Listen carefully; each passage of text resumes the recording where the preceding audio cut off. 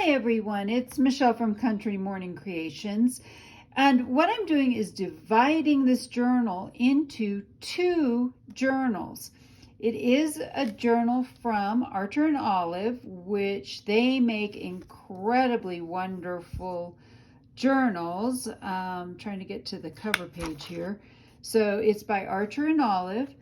And when I saw this journal, I knew it would be perfect for using for collaging because normally with this much room, I can collage. However, as you can see, things have not gone as planned, and I've collaged with some pretty thick things. Like I've got metal pieces in here, and those take up a lot of space. Some of my other collages aren't quite so thick, but it adds up. It all adds up. So what I'm doing today is I am going to simply divide this journal. Now, the first thing I want to do before I pull this all apart, and you can see it's really chunky. I struggle to get it to shut. So before I do anything, I want to create my cover. So I have some book board, which is a thicker cardboard than your normal cardboards. And I want to take a moment to round the corners so they will match the rounded corners on that piece. And what I like about these are crocodiles, so they will actually round corners on heavier pieces of cardboard. Sometimes I kind of have to go back and adjust it a little bit. There we go. And then I'm going to do the same on this one. And then we're going to cover this with just some fabric that I had left over from some other projects. And just making sure that's all rounded. So yes, this is a crocodile chomper, and I'm using the 3/8 rounded corner. And that seemed like that was the best bet. And this is going to be the fabric I'm going to use. So I'm going to flip this over, and I think, I'm trying to remember which direction is up. Hold on, let me find the direction that's actually up.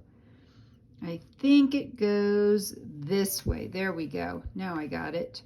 And so what I'm going to do is just use some of this PVA glue that is a natural adhesive. It is from Line Co. Give it a good shake, and then I just use an old mason jar, and these are really cool. I like these because they're not brushes and they're disposable. I mean, I get like 30 in a pack, and I just use them until they're done. So I do like to pour it into first a container, that way I can control how much I'm doing. I have seen some people actually just pour it over the surface they're using. I'm going to actually move the fabric back because today I've already spilled one thing, and I don't think I want to risk spilling something else on the fabric. And yes, I have bits of sparkles on here. I'm not sure what they are from, but oh well. So I am simply going to coat this real well with the glue and spread that all over the place. And it looks like this is not absorbing it too much, which is actually kind of nice. A lot of times with cardboard products, they'll absorb the glue and then they warp. And I really don't want any warping with this, if humanly possible. So I'm just going to keep spreading this out a little bit. Nope, it's absorbing it. It's drying pretty quickly. Of course, I live in Colorado, so that doesn't help things at all. About the time I get the glue spread out, the top part is all dry again. And that is just part of the problem with living in a very arid, dry location. So let's see, you can see it's kind of absorbing really quickly here.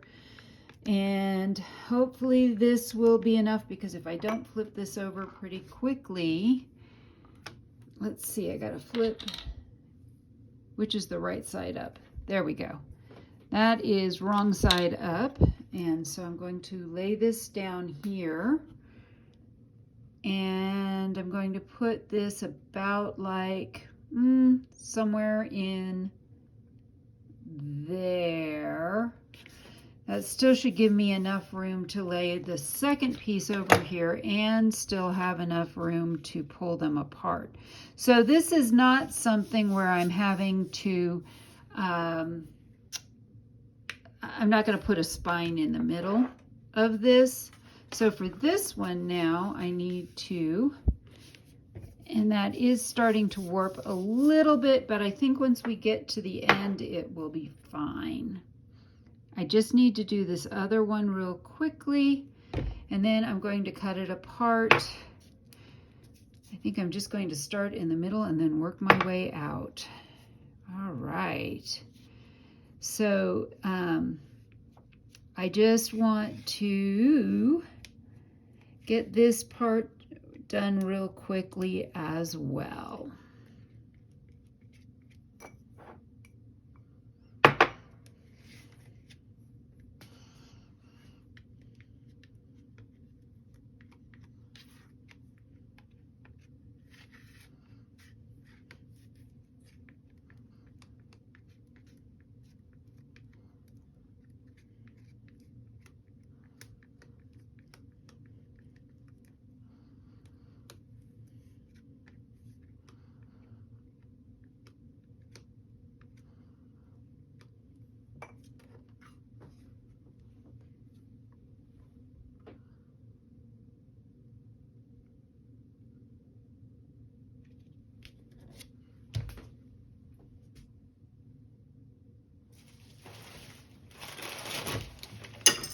All right, now to clean up the mess I just made. So I'm just grabbing some handy wipes. And I mean, these are like, I don't know, pretty basic handy wipes. But we do need to clean at least as much of the wet glue off as humanly possible. All right, so there's that. Now I'm going to take this down. We're going to cut around this and bring the fabric onto this side of it. I do have fabric shears I'm using. I'm going to trim this up, and then we'll go ahead and I'm going to cut it apart first, and then I'll make sure that I've trimmed everything to where I need it to be. I think I may have cut this a little bit close, and I think that's probably okay. So there's one piece, and then I'm going to cut this other one-ish. I do need to cut off the bottom part here. This is not going to work if I just leave it long like that, as well as being the frayed edge. I do love the fact that this fabric, though, will tear a nice straight angle for things. So, all right, I'm going to go ahead and do this side as well. And I don't want a ton of this coming over. That's why I'm cutting this a little bit close. Some people like to have a little bit more, but this is not very thick cardboard. I believe I'm going to be fine with this. Oop, there I have a thread. Let me get that out of there before everything dries. There we go. All right, so a couple of tricks are to angle your corners so they are easier to fold.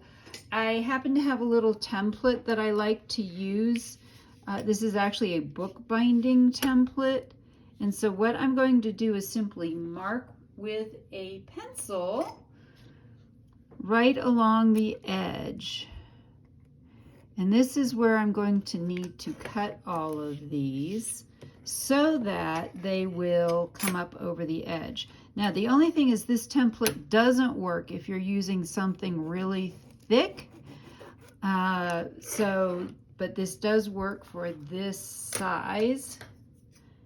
And so let's trim these. And I've left these longer, and there's actually a little trick I'm going to use for that. So I'm going to start over here and just do along this edge real quick. And I like to do one edge kind of at a time, as well as run a little bit along that edge. And we're simply going to fold this over now and hold it for just a minute, because this glue does not hold right away. It's sticky, but not sticky enough to keep holding even if you think it should. So, and I didn't get enough glue under that corner, so I'm going to get the glue under there as well. And I like to pull it a little bit taut so that it has wrapped all the way around it. I'm going to go ahead and finish this one, and I've seen a couple of different ways to deal with this corner, but I'm going to do my best. Now, the next thing I want to do is this little trick that I did see someone else do, which is to take this at an angle and pull it straight over like that to hold that corner. And like I said, I'm just trying this out because I've actually never done this before, and I'm going to do the same on this corner as well. Just getting a little bit of glue there. Probably too much glue, but that's okay. We're going to cover all this with fabric at the end. So we're pulling this at a 45-degree angle to the fabric that's already down.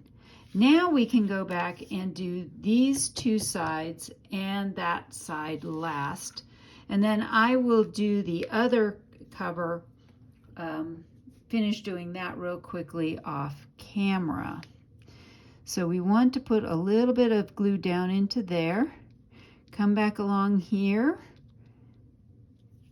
and then we take this and we're going to fold that in just a little bit so that you get a nice finished corner like that.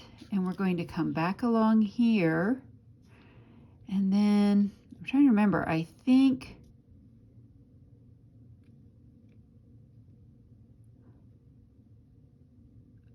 it goes, no, I think it goes this way. And then,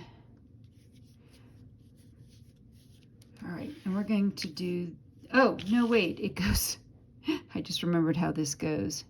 You open this up, and then it lays out flat like that. There we go. I kind of sort of have got it. There we go. And we'll lay that over too. And then when we get to this side, we'll do that again as well. So let's do this side. And come along here. Come onto the fabric at this end. And this is a total experiment. I've actually never done this kind of cover before with a rounded corner.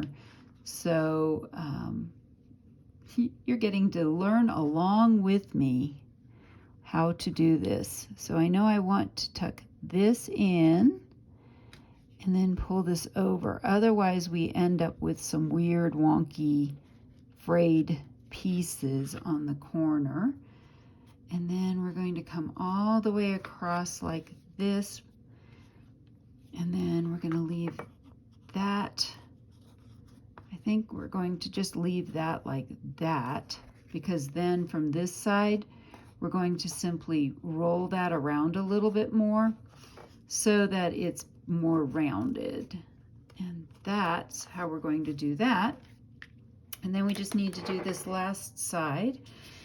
And then after I come back and I've finished all of this, we're going to put a cover on the inside of this.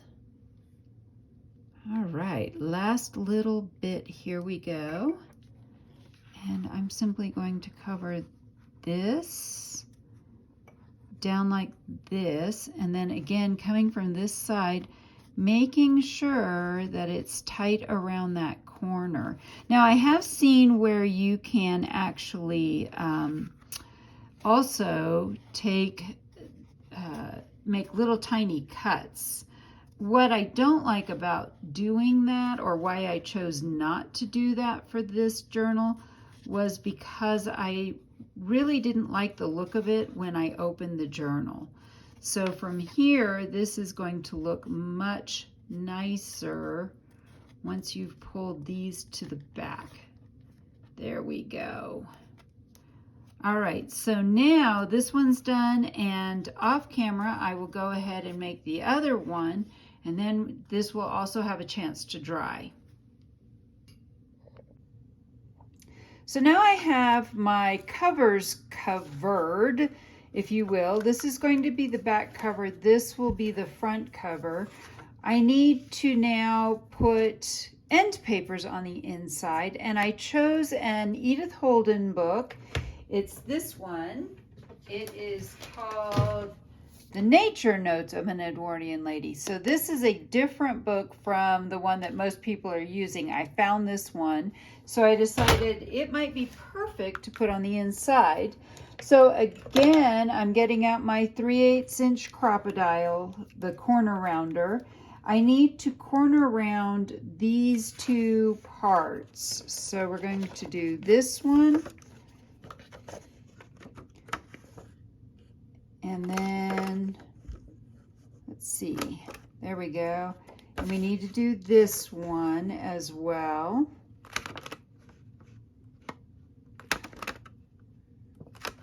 All right, so there's that one. And then we need to do the other two corners on this side so that everything matches up really well. Give it a couple of ka-chunks and rotate it around a little bit to just make sure that it's all even. Now, before I do this, I think I would like to go ahead and distress the edges. I think that will look really nice on this. Totally optional. If you're following along with me, you are welcome to just leave it however you want. So for me, I'm using gathered twigs, which is not a common one. I don't see too many people use that particular distress ink. It's just a personal favorite of mine, and I kind of like that it's not vintage photo. It's a little bit more unique. So we're going to put that one there, and we will go ahead and ink up this one as well. And I do want to show you that my boards are a little bit warped, so I will likely, I'm going to do this again with the same kind of glue. However, I'm going to let it sit overnight, and I may put some heavy weights over it just to get it flat again. That's kind of been my experience. And so we're going to go ahead, and I've already lost my glue jar. Oh, here it is. And it's got some glue in it. Most of this is drying up, but we'll see. I'm going to set this aside for right now and just spread this glue over the back side of this paper. And we'll see if this, I know it's going to make the paper wrinkle. So if you prefer and you don't want to wrinkle your papers, you could use something that is an acetone-based glue. For example, what is that called? Fabrifix or something along that line. But I'm just going to use this. And again, it's drying really super fast at the top, so I have to go back and do that again as well. Seems like I barely get it finished, and then it's wanting to curl the other way. All right, so I'm going to put this right here.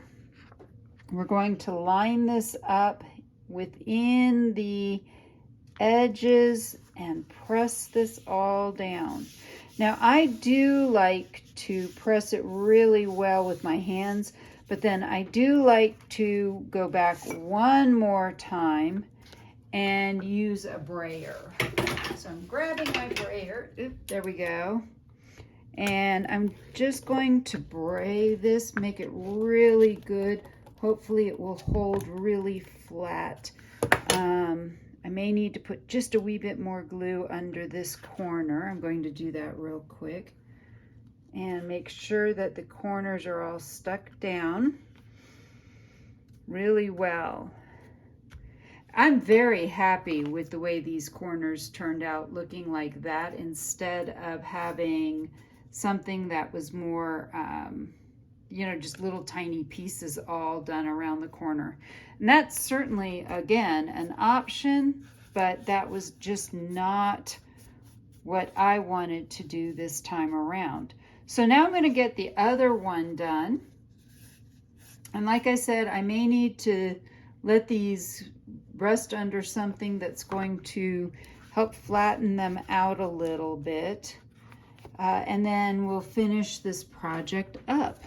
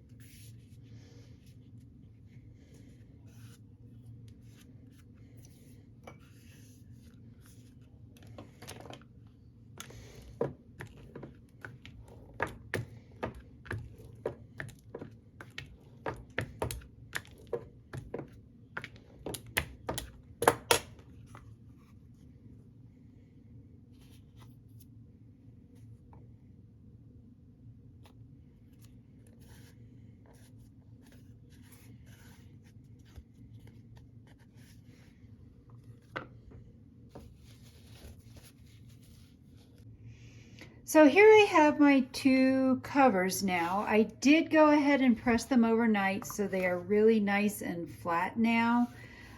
Sometimes that's just when it's a little bit bent, a little bit of pressing helps it.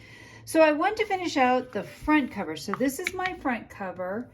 I did find this is a Tim Holtz die cut. I have this Tim Holtz die and I've decided I'm going to put it here with this, which Field Notes makes sense because my last name is Field. So a lot of people think of Field Notes as notes you would take out in the field doing things. However, for me, it has a very different meaning because of my last name. I do want to take a minute and distress this a little bit. It's a little bit too light for how I want to use this. So I'm going to take this and I think I'm just going to grab a piece of paper. There's a good one. I was doing some messing around on this piece of paper, so this will work. I was practicing just some other stuff. So, anywho, let's go around the outside edge of this, and that is darkening that up beautifully. Coming all the way in, kind of going back around the outside edges. That is going to be gorgeous. That's going to be a perfect color. And it doesn't need to, so some of these parts I got a little bit darker than others, and I'm okay with that because it helps it just look a little bit better aged. And now we've got some great grunging on that. And I need to cut this down as well. This is too long. Let's kind of line this up a little bit better. I think that looks really good. Where are my scissors? There they are. Anybody else like me on that? It's like, where are my scissors? I'm going to cut right there and just inside those two cut lines. So I have that cut line there. I'm going to come in a wee bit, and we're going to do just inside this cut line as well. I'm going to add a little bit of glue to the back of this. And as usual, I've lost my glue as well.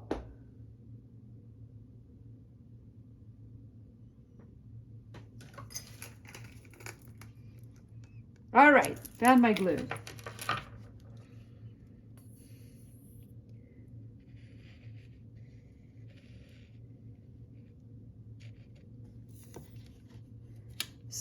Let's just get this all lined up on the inside here of this little name plate.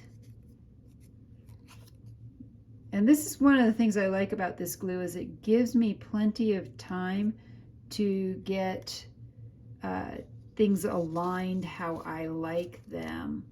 So while that's drying, actually, I'm going to just leave that on that side up. But first I want to, there was a little bit of glue peeking through in a couple of places.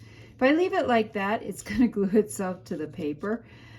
But at this time, I do want to put two, you know, I can't think of what the word is I want for that right now. But there are these little end pieces. Grommet isn't quite the right word. So if you think of it, go ahead and feel free to make a comment below. But these I want to add, I think those are going to be too small. I'm going to grab a couple of these. And normally I go with silver. I love to do silver. But I think today I'm going to grab out some of the other gold or brass colors that I have. And of course, what did I do? I grabbed all silver the first try. Wow. All right, let's do this. I'm going to grab my tweezers, if I can find those two. I just had them out.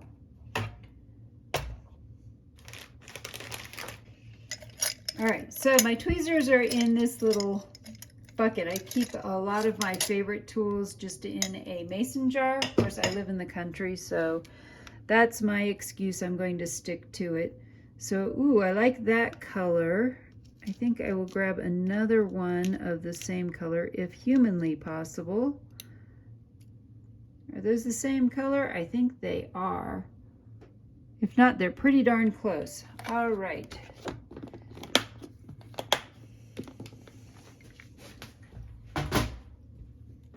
So I'm simply going to take these and put these through each of these holes.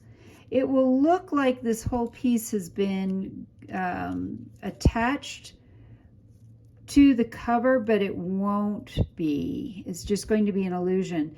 If I had done this and put this on before I put these papers on, that would have been one thing, and that might have worked a little bit better. Now, as you can see, these are sticking out a little bit, so I'm simply going to trim this one off.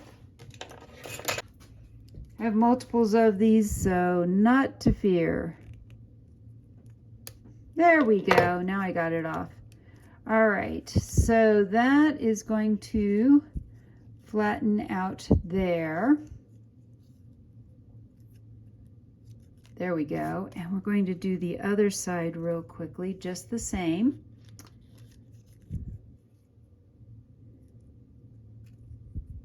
And just bending these back. And this one will also trim shorter. And I'm leaving the other one long just as something that will hopefully attach better to the whole cover. And it won't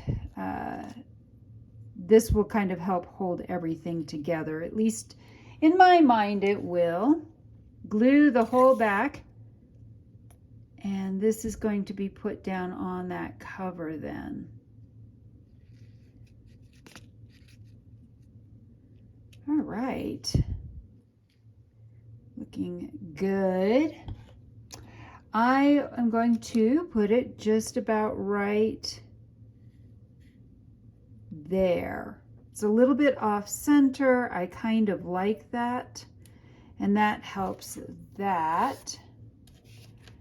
All right, so now I have the covers done, and before I punch them, I want to go ahead and take apart take the pages out of the back of this journal.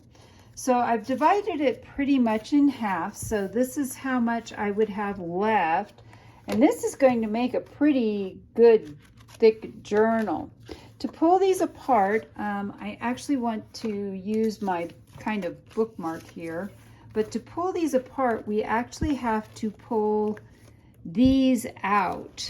So we need to pull these apart. And that's why I have these pieces here, because my goal, if I can do this, I don't think these will be salvageable, but we might be able to use these again if I pull them all correctly. So let me show you what I'm doing. I'm simply pulling these out this way so that I can get this back cover off and pull those pages out. So yes, all of these kinds of things. And then to rebind this, I'm going to use my cinch, which I have over here as well. All right, so I think that's loose enough. Let's see if I've got this here. So let's see if I can do this. Pull that out. Yep, that worked. And this may or may not be able to come out in one big chunk. We will see. Oh, except I have to go the other direction. This won't let me take it out this way. So I'm going to have to pull the front out and then put this back together. All right. Well, plan B. I wasn't looking at how this was put together. Let's see if we can pull all of this out. We may put the new cover on this to finish using all of this up. We'll see. That may just work easier. All right, so we're going to keep pulling these out.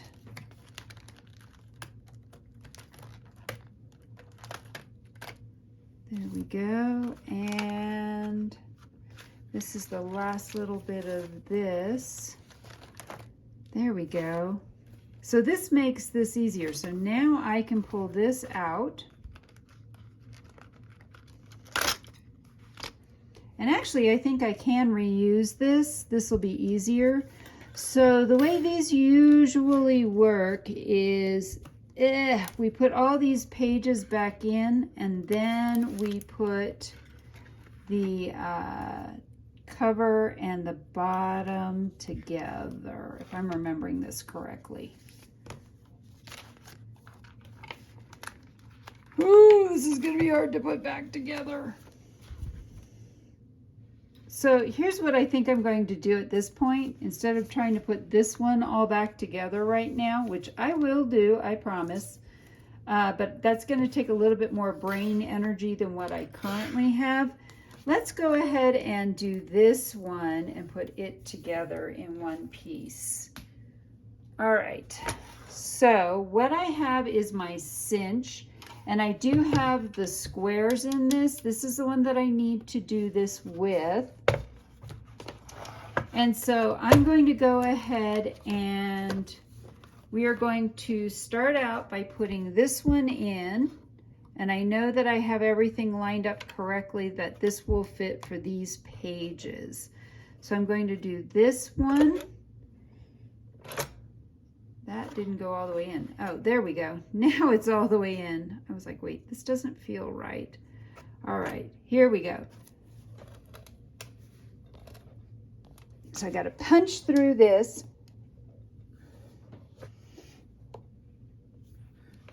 That is not punching through. Let's see if we can get that to work. There we go. Just a little bit more pressure. So see how that made the squares through it? Oops, there we go. See how that made the squares through it? So I'm going to go ahead and do that also on this one. But I'm going to flip this over. So it starts at the bottom because this is the bottom also. All right. So this takes quite a bit of pressure.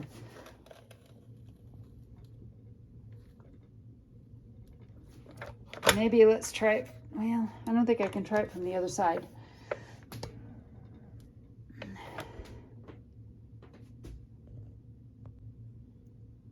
All right, so I got that one and that one done. And all of that empties into a little piece underneath, which I'll empty later. So now I need to start lining these up and continuing down this. And if I did this right, this is going to line up with these squares on that paper. It looks like I did. So I'm going to line up the last square and the next square. So this is kind of a challenge. Let's see if I can do this. Just push this straight back. Famous last words. Let's try that one more time. My husband always said, measure twice, cut once. So if I'm lucky, that's all going to line up. We're going to do this again. And then we're going to do it one more time, lining it up with this last one. So it takes a couple of different tries. And I know I didn't quite get that lined up right. Now it's lined up right. And so if I'd lined it up perfectly, this would have come out right, and this would have been off the top, and I didn't quite line it up right. Oh well. It is a learning curve, I believe. So let's see if we can do any better with this one. And we're going to, let's see, I'm going this direction with it, right? Okay, so we're going to take this and just push this straight back, about right there. Do this one. And then the last one, like I said, if I line this up correctly, it should come out. Gotta do this. When I did this yesterday, it worked out perfectly, and today it is not working as well as I wanted it to. So I think this is going to end up having that chunk out of the top. And that's okay. I'm just gonna go with it. All right, so this one took a little bit of the chunk out of the top as well. All right, so now I do know that we take these and put them together this way. And then we need our pages. And then we turn the cinch this way and put everything on it this way. So let me grab my wire that's going to go in here. All right, so I've got everything here that I need, and this has 13 holes in it. So I want only 13 of these. I don't need all of this extra.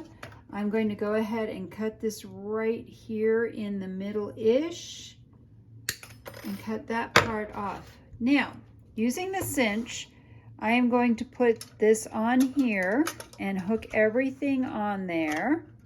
Let's get it all hooked to the back. There we go. So the first thing we do is put in our papers, and when you get them all lined up, they should theoretically just slide right on like that. Then the next part is the cover, and then this may seem counterintuitive. The last piece is your back, and we're going to put that right there. Then we're going to pull the whole thing up, and we're going to take this and put this now at this end of your cinch. And theoretically, I think I have to start at one end and then work my way down. Theoretically, this is all going to Let's do this. There we go. Now it's more up and in it. I think I need to do this just a little bit more. There we go. I'm going to move that just a little bit. And so now when we take this and push it all the way down, that then engages all the pieces. Let's see, this may need to go just a little bit more this way. There we go. And so now we're going to do the other end as well, all the way down. And then we take the back and wrap it around to the front. And now we have a whole new journal because we've done it that way. And so as you can see, it just goes all the way through. So I have a whole new journal here. We're going to use this one, and we just need, I believe I just need 13 again. That should be correct. 1, 2, 3, 4, 5, 6, 7, 8, 9, 10, 11, 12, 13. Yes. All right. We're going to count across and then cut. So 1, 2, 3, 4, 5, 6, 7, 8, 9, 10, 11, 12, 13. So right here, we're going to cut it in half. Now, I can use these little pieces to make smaller journals with. So obviously, I am not going to throw those away. Now comes the tricky part. Let's see if we can get all of this bound back together and in the right order. So the easiest part is going to be to put these spare pages that I need for later on here. I'll just turn this. And then we're just going to have to carefully add more layers at a time to get things to line up. And this is really, really easy to do if you have this tool. The challenge is if you don't have the tool and you're trying to do this without a good binding machine, that will be a challenge. And I did buy this cinch a while ago. It was on HSN, and it actually had all of the different punches. So I grabbed all of them when I had that chance. It's rare that you can get them all at the same time. So again, we do front page and then back page. If I can get this last little bit on there, I did. Yay! So after doing a little research, what I found out is that these only work in the big cinch binder, and what I have is actually a mini cinch. So because these are the really big binding ones, what I found is I can just individually bend these down. It probably is not as good as actually if I were to do these in a cinch binder.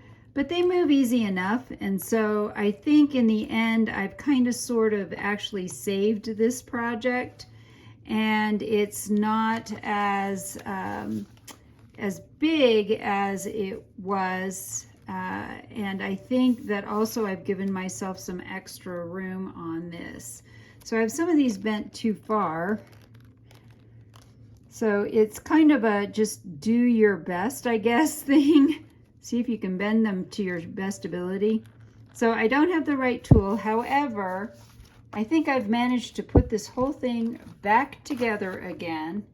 And now I have my second one, and this is still very full and very chunky, but it does have a little bit more room for me to finish out the year. And as well, I now have a brand new journal that I can use, just dividing this journal in half using my cinch binder. I hope you've enjoyed this little actually learn with me. It's not really a craft with me because I'd never actually done this all the way through. Maybe I did it one other time. But now you also know how to take your journals and divide them in half if you have a cinch binder. And actually, if you don't have a cinch binder and you just go buy these things, it seems to work pretty darn well also if you just bend them by hand. It's a little bit tougher. I highly recommend using the cinch. But if you just can't get it to work by hand, no worries. And you probably, for a couple of other thoughts, you could tie ribbons through each of these individual ones singly. You could also get those ring clips that snap together. That would also work here if you don't want to use one of these binding pieces. So there's a whole lot of ways that you can take your journals that have gotten too fat and break them down into two separate journals. So I hope you've enjoyed this craft with me, and I hope I've inspired you to be creative today.